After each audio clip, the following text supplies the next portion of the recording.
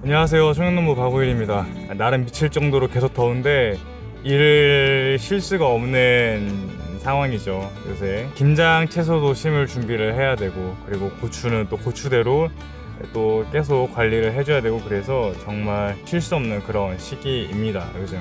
그리고 오늘은 이따가 또 하우스 가서 고추를 따야 되는데, 그 전에 지금 이 노지에 있는 고추들이 너무 잘 자라주었어요, 다행히도.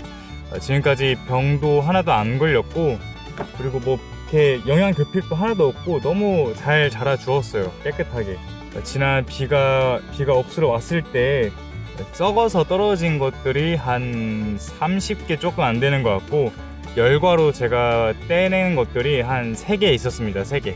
그 정도 빼고는 다행히 큰 피해가 없었어요. 방금 고추 좀 이렇게 고정시키다가 떨어진 애인데 굉장히 크게 잘 컸죠. 손바닥만큼 컸어요. 또 중간에 있는 애들도 크기가 엄청나게 잘 크고 있어요.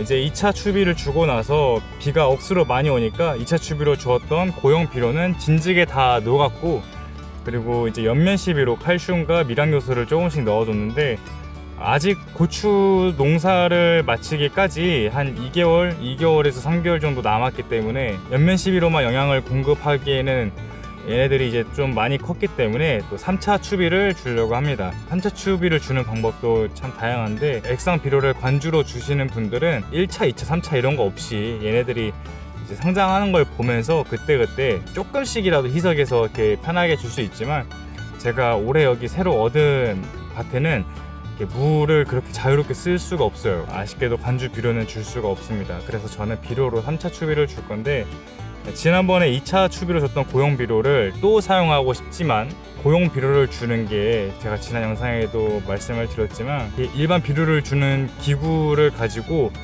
이게 톡톡톡톡 주는 것보다 시간이 한 2배에서 3배 정도 더 걸려요. 그리고 구스라이 같이 땡글땡글한 비료는 20kg 한 포대를 아예 싹 부어가지고 한 번에 막 고추 몇 고랑을 막 이렇게 줄 수가 있는데, 고용 비료는 이렇게 줄 수 있는 게 제한적이에요. 한 번에 줄 수 있는 게 한 10kg 짊어지면서 넣고 하다 보니까 시간이 훨씬 많이 걸리고 힘든 것도 너무 힘들어서, 제가 지금 이 고추 농사만 하고 올해 농사가 끝나는 게 아니기 때문에 3차 추비는 조금 더 편하게 주려고 합니다.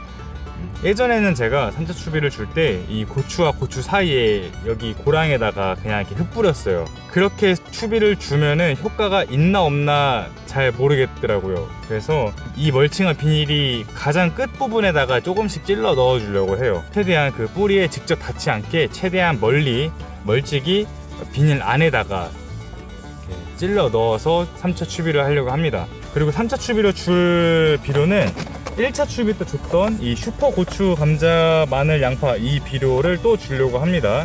이 비료는 또 저희 집에 쓰다가 남은 게 좀 어느 정도 많이 있어서, 비료 얘네 묵혀봤자 뭐하나, 똥도 아니고 퇴비도 아니고 있는 거 후딱후딱 써버리자 이렇게 생각을 해서 이제 요놈 주려고 하는 겁니다.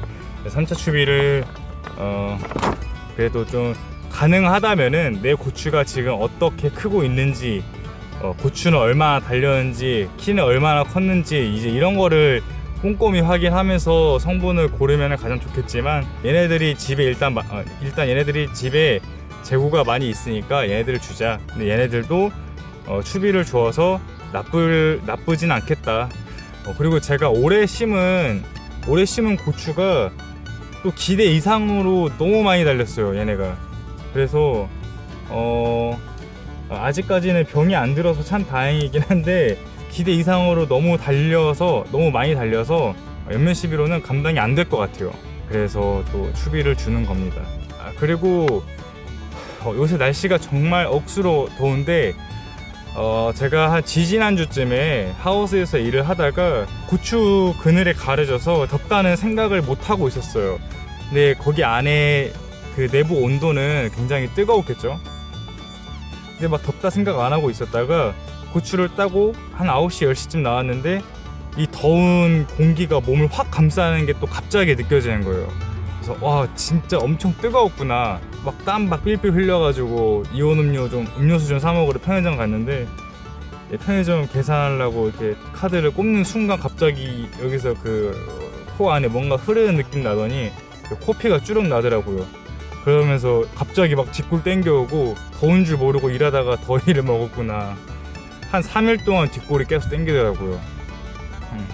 그리고 이제 처음이지만 호박 이파리 위에 이렇게 꿀벌이 죽어 있었는데 그냥 심은 호박이랑 오이에 살충제를 따로 치진 않았거든요.